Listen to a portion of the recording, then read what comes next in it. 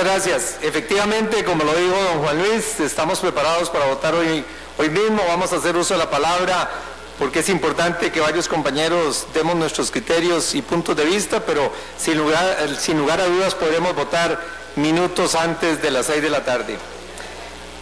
Volviendo a hablar de temas presupuestarios, hay que ver el contenido y lo que hay detrás de los presupuestos. Con ocasión de la discusión del presupuesto ordinario de la República, comentaba este plenario que no hay ningún almuerzo que sea gratis. Al final, alguien está pagando esa cuenta. Cuando estamos en una discusión de un presupuesto, hoy el extraordinario, que es el que vamos a proceder a votar, el sábado el presupuesto ordinario, alguien paga la cuenta de esos presupuestos. En el caso del presupuesto ordinario, con una necesidad de endeudamiento de casi el 50% para poder cubrirlo, significa ni más ni menos que lo que se va a desarrollar es un proceso de endeudamiento interno. ¿Y qué es lo que se hace cuando un país se endeuda? Se está hipotecando el futuro de las próximas generaciones. Porque esas deudas que ahora se van a venir a contraer para gastar en este año o en el año 2015, se van a tener que pagar y le corresponderá a las futuras generaciones pagar ese endeudamiento. El endeudamiento además tiene la obligación de reconocer el costo del dinero, el costo de ese endeudamiento, que es lo que se conoce como la tasa de interés o el servicio de la deuda. Ese endeudamiento más esa tasa de interés tendrá que ser pagado por las futuras generaciones. ¿Qué sucede cuando estas generaciones que están a la vuelta de la esquina, porque ya hablamos de un endeudamiento del 50%, qué es lo que va a suceder cuando estas generaciones tengan que venir a desembolsar los dineros para hacerle frente a esas deudas? Que se van a dejar de cubrir los gastos ordinarios y necesarios para que el país funcione, más las inversiones. Y óigase bien, más las inversiones. ¿Y por qué es así? Porque como lo dije el sábado pasado, cuando comparamos esto con el caso de una familia, si a la familia no le alcanza el dinero, lo primero que hace es cortar las inversiones. Si esa familia iba a pintar la casa o iba a construir una nueva habitación para estar más cómodos, si el dinero no alcanza para cubrir las necesidades básicas, no se va a construir esa nueva habitación, no se le va a hacer el garaje al carro para tener el carro bajo techo, o no se va a pintar la casa. Eso exactamente, si lo traducimos al Estado, significa ni más ni menos que no vamos a ver la construcción de nuevas obras de infraestructura, no vamos a ver más escuelas, no vamos a ver más hospitales, no vamos a ver inversión en programas de investigación y desarrollo.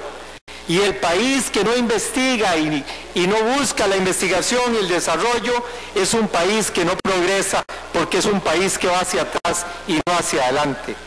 Entonces, cuando aprobamos un presupuesto de la República que es deficitario, no solo estamos hipotecando los dineros de las futuras generaciones, sino que estamos recortando la inversión pública que el país no va a poder desarrollar porque no tiene recursos con qué hacerlo. Pero si además el país requiere de generar mayor producción, igual que una familia, si se trata de generar mayores ingresos, porque los ingresos que lleva el padre y la madre no alcanzan, es a lo que se recurre a sacar a los hijos de los programas educativos y ponerlos a que se vayan a trabajar. Y cuando se saca a los hijos de la educación y se les van a trabajar, se está condenando a esos muchachos a que no tengan una mejor calidad de vida en el futuro. Porque la educación es la llave que abre la puerta a las oportunidades y la educación es el movilizador social por excelencia. Si hay un niño que nace en condiciones de pobreza, la única forma de garantizar a ese niño que no crecerá y vivirá pobre es los programas de educación que permitan darle una preparación, una capacitación para que tenga mejores condiciones de vida familia, gracias a que podrá buscar mejores trabajos en el futuro que van a significar mejores ingresos. Entonces, volviendo a la comparación de la familia y el Estado, así como esa familia recurre entonces a sacar al niño de la escuela o del colegio, al joven del colegio, el Estado costarricense lo que va a hacer es ir cerrando esas oportunidades de los programas de inversión social e ir cerrando esos programas que pueden promover y facilitar la movilidad de las personas, porque va a ser tan escasa la condición de ingresos frente a los gastos, como ya lo es de por sí hoy en día, que lo que se va a poder cubrir en un principio y ni siquiera después es el pago de las necesidades básicas del Estado. Pero como el endeudamiento crece, llega un momento en que ni siquiera para pagar las deudas y el gasto ordinario del Estado podremos tener recursos. Y es ahí en donde entonces, como ha sucedido en otros países, vemos que las pensiones se dejan de pagar. Vemos que el Estado empieza a atrasar el pago de las obligaciones básicas. Y eso es casualmente lo que los diputados del Partido de Liberación Nacional, de manera unánime, quisimos evitar con la votación y aprobación del presupuesto ordinario altamente deficitario que se presentó a consideración del Congreso y que fue votado el sábado de la semana pasada. Ahora bien, volviendo a este tema de que no hay almuerzo gratis, si analizamos la forma en que se va a pasar la cuenta de ese almuerzo, tristemente el resultado al final va a recaer en las familias y en los sectores más necesitados de la sociedad costarricense. Como lo decía anteriormente, en política usualmente hablamos con la demagogia de que hay que ponerle impuesto a los ricos y que los ricos paguen como ricos y los pobres paguen como pobres. Lo que pasa es que los ricos pagan como ricos, pero cuando el pobre paga como pobre le están quitando lo poco que tiene y lo están dejando en condiciones por debajo de la línea de pobreza. Porque no es cierto que nosotros desarrollamos programas que exoneran y eliminan de que estos sectores se vean afectados por el costo de nuevos impuestos. Pero más allá y antes de que lleguemos a nuevos impuestos, tenemos el riesgo del más terrible e injusto y regresivo de todos los impuestos, que es la inflación. Cuando los precios vayan a aumentar producto de un presupuesto deficitario, vamos a tener entonces que la consecuencia normal en la economía del país va a ser un incremento en los precios que hoy pagamos los consumidores en Costa Rica. Y los sectores que no tienen la capacidad de pasar ese aumento de precios, que no tienen la capacidad de trasladárselo a otros, que no tienen la capacidad de que se los compensen, son precisamente los sectores más pobres de la sociedad costarricense. La inflación es el castigo más fuerte a los sectores pobres de cualquier sociedad, porque la inflación no tiene capacidad de poder asumirla y de poder enfrentarla a los sectores populares, como sí lo tienen los sectores más acomodados de la sociedad. Si a las familias ricas les suben el precio de los carros, pues gastarán más y ahorrarán menos, pero igual van a cambiar su vehículo. Pero si los precios aumentan, los obreros y los grupos campesinos de mayor nivel de pobreza no tienen a quién pasarles a cuenta, sino que ahí es donde vemos como año con año entonces empieza a aumentar el número de pobres en Costa Rica, porque vamos a ir promoviendo que muchos que hoy en día están por encima de la línea de pobreza empiecen a quedar por debajo de la línea de pobreza y constituyan esa triste y terrible cantidad de costarricenses que no tienen las necesidades básicas para poder vivir dignamente. Y si seguimos en la cadena hacia abajo, vemos cómo entonces la pobreza extrema además aumenta. Pobreza extrema que el programa de gobierno del Partido de Liberación Nacional establecía en sus propuestas que en los 4 años de la administración, en caso de que hubiéramos ganado las elecciones, nuestra meta era erradicar la pobreza extrema en Costa Rica. Propuesta que también hizo este gobierno, pero que a la hora de presentar el Plan Nacional de Desarrollo, sorpresivamente ya le dice a la sociedad costarricense que la meta de la administración Solís Rivera es reducir la pobreza extrema al 50% y no en su totalidad como se habló en campaña. Probablemente otro ejemplo más de eso que el presidente don Luis Guillermo Solís ha denominado que no es lo mismo verla venir que bailar con ella. Sin embargo, si hubiera tomado la propuesta del programa de gobierno de Liberación Nacional y que está ahí, e invito a las autoridades del Poder Ejecutivo a que la lean, podríamos todavía a tiempo reducir la pobreza extrema en Costa Rica. Pero entonces, volviendo al tema de los presupuestos, cuando estamos dando pasos como el que hemos dado, lo que estamos en este momento es promoviendo un castigo que no merecen los sectores populares de Costa Rica. Estamos promoviéndole una sanción a los sectores más pobres que no tendrán cómo poder salir ni sacudirse de ella, porque el efecto adicional es que los programas sociales no van a poder tener los contenidos necesarios para poder cubrir las necesidades en aras de llegarle a estos sectores. Entonces, volviendo a qué es lo que va a hacer el gobierno, y es lo que ya se nos ha dicho porque lo han adelantado, es buscar presentar en los próximos días un proyecto de ley para convertir el impuesto de ventas en un impuesto del valor agregado, que además va a cubrir los servicios que hoy no están cubiertos por los servicios. ¿Qué significa cubrir los servicios? Que cuando se habla de educación, cuando se habla de salud, se va a tener que pagar también un impuesto de ventas como se paga hoy con la venta de bienes. Sigo con mi tiempo, señor presidente, a partir de este momento.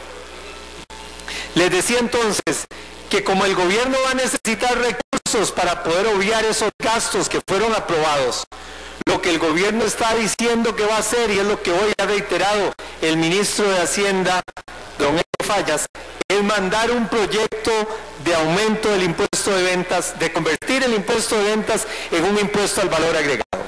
Eso quiere decir que hoy todos los servicios que están exonerados del impuesto van a tener que empezar a pagarlo. El que va donde el médico, cuando paga la factura del médico va a tener que pagar el impuesto de ventas. Igual como cuando hoy en día va y compra cualquier artículo, paga el impuesto de ventas. El que va donde el abogado tendrá que pagar el impuesto de ventas. El que va y paga el recibo de la educación en la universidad, en el colegio privado, va a tener que pagar el impuesto de ventas. Y estos impuestos de ventas o de valor agregado golpean más a los sectores populares y medios de la sociedad que a los sectores altos. Son, como lo estaba diciendo el sábado pasado, los impuestos regresivos. Y hay impuestos que son progresivos y otros que son regresivos. Se define el impuesto progresivo aquel que castiga más al que más tiene, y el regresivo aquel que castiga más al que menos tiene. Si hay algún profesor de finanzas públicas, probablemente criticará una definición tan sencilla, pero aquí no estamos en una clase, en un aula, sino tal vez explicándole llanamente a la gente de qué se trata. Eso quiere decir que el efecto que va a tener el impuesto del valor agregado sobre una persona de escasos recursos va a ser muchísimo más alto que el que va a tener sobre una persona de ingresos altos. ¿Y por qué? Porque las familias más pobres, su presupuesto prácticamente alcanza, cuando alcanza, para llenar las necesidades básicas. Entonces eso quiere decir que prácticamente el 100% de lo que está gastando está siendo cubierto por el impuesto del valor agregado, o impuesto de ventas como se llama hoy. Mientras que las familias ricas gastan mucho menos con respecto a lo que reciben, y aunque van a pagar un impuesto con la misma tasa, el nivel de ahorro que obtienen es tan grande, y el ahorro, como el ahorro no paga impuesto al valor agregado, entonces mucha parte o la mayor parte de su ingreso no paga impuesto, mientras que casi el 100% del ingreso de la persona pobre va a pagar el impuesto. Por eso es que es un impuesto regresivo. Y lo que nos está diciendo el gobierno de la República es que para poder gastar lo que fue aquí autorizado en el presupuesto ordinario, ahora vamos a ir a ponerle un impuesto a esas familias pobres, a esos sectores medios de la sociedad costarricense que van a ser los más afectados con esta propuesta. Y aquí debo decir que no termino de sorprenderme de ver que el Frente Amplio respaldara un presupuesto deficitario, porque la primer consecuencia que va a tener esto, diputado Vargas Varela, es que va a venir a ponérsele ese impuesto a las familias más pobres para que el gobierno pueda seguir gastando. Y eso definitivamente es avanzar hacia una sociedad en donde vamos a estar promoviendo una mayor desigualdad. Se habla de que después vendrá un impuesto, una modificación al impuesto de renta, como lo indiqué la semana pasada. ¿Por qué se privilegia el impuesto de ventas? Porque si hoy se aprueba la ley, mañana se cobra el impuesto. Mientras que en el impuesto de la renta, si hoy se aprueba la ley, eso va a afectar los ingresos que se generen en el año 2015 y que serán los que van a pagar el impuesto en el año 2016. De tal manera que si lo aprobáramos hoy, los efectos lo estaríamos viendo probablemente hasta el 15 de marzo del año 2016. Y como no vamos a aprobar ese impuesto en estos días, sino que lo vamos a aprobar en caso de que se llegara a aprobar en el año 2016, los ingresos estarían viéndose cerca del finales del 2017 o del 2018. Eso sobre la eventualidad de que al final los impuestos llegaran a aprobarse. Es por esto, queridas amigas y amigos, compañeras y compañeros diputados, que nosotros nos opusimos a promover un presupuesto que tuviera un nivel de déficit como el que presenta el presupuesto ordinario de la República. Y por eso abogábamos por recortar el gasto, porque si se gasta menos, el gobierno tendrá que endeudarse menos y un ajuste en los impuestos podrá permitir salir adelante sin necesidad de tener que correr con un recargo sobre el impuesto al valor agregado. Tan grave es la situación que hemos visto al gobierno cambiar de opinión en este periodo ya varias veces. La primera definición hace 1, 2 o 3 meses. No vamos a aumentar impuestos antes de los 2 años. La segunda definición, sí vamos a traer un proyecto de ley para cambiar el impuesto de ventas por un impuesto al valor agregado y lo vamos a llevar a servicios, pero no vamos a aumentar la tarifa. Tercera posición del gobierno ante la visita del Fondo Monetario Internacional. Sí vamos a aumentar los impuestos antes de 2 años, sí vamos a ir con un proyecto de ley para convertir el impuesto de ventas en impuesto al valor agregado y sí vamos a aumentar la tarifa para que pase del 13 al 15%. Y eso fue lo que el gobierno le propuso y le planteó al Fondo Monetario Internacional a la reciente misión que visitó Costa Rica hace pocas semanas. ¿Cómo es posible que un gobierno cambie tan rápido de opinión en tan poco tiempo? Que tengamos 3 propuestas distintas en los 6 meses que lleva esta administración.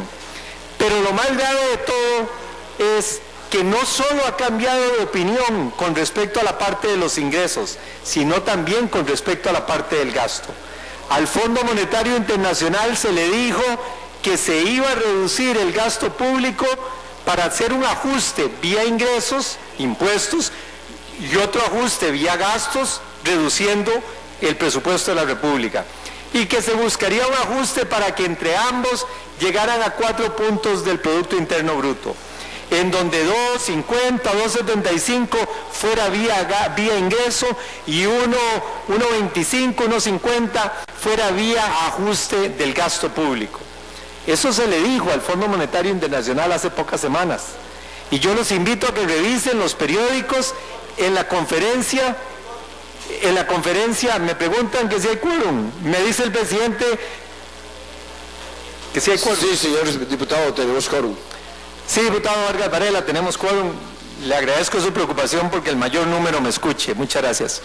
Le decía que el presidente y el ministro de Hacienda también le dicen al Fondo Monetario Internacional vamos a ajustar el gasto, y así lo pueden ver en los medios de circulación. Y cuando viene la aprobación del primer presupuesto de la República, ni siquiera habían desempacado los señores del Fondo Monetario Internacional su equipaje cuando llegaron a Washington, y esta Asamblea Legislativa, por presión del Poder Ejecutivo, de un Poder Ejecutivo que no tiene ruta, que no tiene programa y que además no tiene palabra, aprueba un presupuesto ordinario de la República que viene ni más ni menos que con un recorte igual a cero. Repito, igual a cero. Después de que se había hecho una propuesta de que vía gastos se buscarían ajustes para que pudiera ser de por lo menos el 1 al 1,75 del PIB. Es por eso que nosotros vemos el panorama económico con una gran preocupación, porque uno cree que cuando las autoridades se van del país, las del Fondo Monetario, ya todo terminó y que vendrán hasta dentro de un año, y dentro de un año veremos a ver qué cuento les metemos, pero ya no es así. La tecnología moderna hace que toda la información fluya rápidamente. Los mercados están siempre informados y no hay nada más nervioso que un billete de $100. Y ese billete de $100 que pudo haberse invertido en un bono de Costa Rica, que se va a poner nervioso viendo que se incumplen las propuestas al Fondo Monetario Internacional, ahora va a pedir una tasa de interés más alta, porque ya no es una inversión como tal, sino que pasa a otro tipo de inversiones que se llaman capital de riesgo, y en donde las inversiones riesgosas requieren una tasa de interés, una ganancia mayor. Si nosotros vamos a asumir un riesgo, esperamos entonces obtener una ganancia mayor. Si no vamos a asumir un riesgo y vamos a poner la plata en un banco, esperamos una ganancia menor, porque el riesgo y la rentabilidad se manejan de una manera absolutamente inversa. A mayor riesgo, van paralelos: a mayor riesgo, mayor tasa de interés; a menor riesgo, menor tasa de interés. Y eso lo que va a significar entonces es que todas las deudas de Costa Rica vayan a ser más caras, y que le vaya a costar más a toda la sociedad costarricense pagar ese 50% del gasto del presupuesto ordinario de la República del año 2015 que va a desarrollarse con deuda.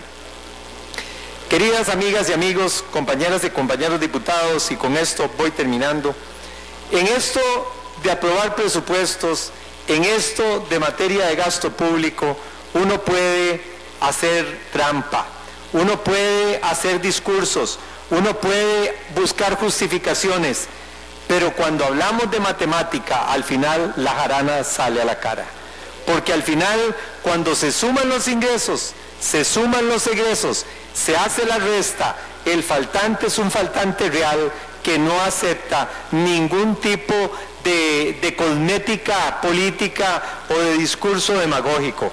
Y esos números, que son los que vamos a estar viendo nosotros dentro de un año, cuando discutamos el presupuesto de la República del año 2016, son los que nosotros, como fracción seria y además responsable, quisimos evitarle a los costarricenses, para no hipotecar el futuro de las generaciones venideras, para no seguir insistiendo en un Estado que cada día va a tener menor capacidad de ejecución de obras, para no tener un Estado que cada vez vaya a tener menor capacidad de hacer investigación y desarrollo, para no tener un Estado que cada vez vaya cortando más los programas sociales y los programas asistenciales que requieren los grupos más empobrecidos de la sociedad costarricense. Ante este panorama, nosotros no vemos que sea factible una aprobación de impuestos, porque cuanto más dinero le pongamos a un Estado que tiene y está administrado por un presidente y un ministro de Hacienda que tienen una vocación al gasto, cuanto más pongamos ahí, más se va a gastar. Si usted le pone 100, van a gastar 100. Si le pone 200, van a gastar 200. Es como cuando usted tiene un comprador compulsivo. No le soluciona el problema dándole unos recursos para el viernes negro, y así se denomina, aunque debería tener otra connotación, otra denominación. Pero si usted le da más plata a ese comprador compulsivo, no es que porque recibe más, mañana cambia y dice, ya compré todo lo que quería, ahora voy a ahorrar. o voy a pagar deudas. No, no. Si usted le da más plata a ese comprador compulsivo, ese comprador va a gastar más, porque está en su ADN, porque está en su fuero interno. Y esta administración lo que está diciendo es que en el ADN de la administración Solís Rivera lo que hay es una vocación al gasto, que cuantos más recursos le demos, más recursos vamos a ver en la calle. Y es por eso entonces que si no se le quiere poner un alto al gasto, tendremos que ponerle un alto al gasto reduciendo los ingresos que puedan llegar a esa canasta, para que no se tenga más dinero, para no desperdiciar más dinero. Y esa fue la visión que tuvo el Partido de Liberación Nacional de manera unánime, de votar en contra del presupuesto de la República, para habernos ido con un presupuesto que tuviera un ajuste y una reducción del gasto que evitara ese panorama tan preocupante que estamos viendo en el corto y en el mediano plazo. Muchas gracias, diputada presidenta. Me restan unos minutos. 1 minuto 7 segundos. Bueno, ya prácticamente consumí mi tiempo. Muchas gracias.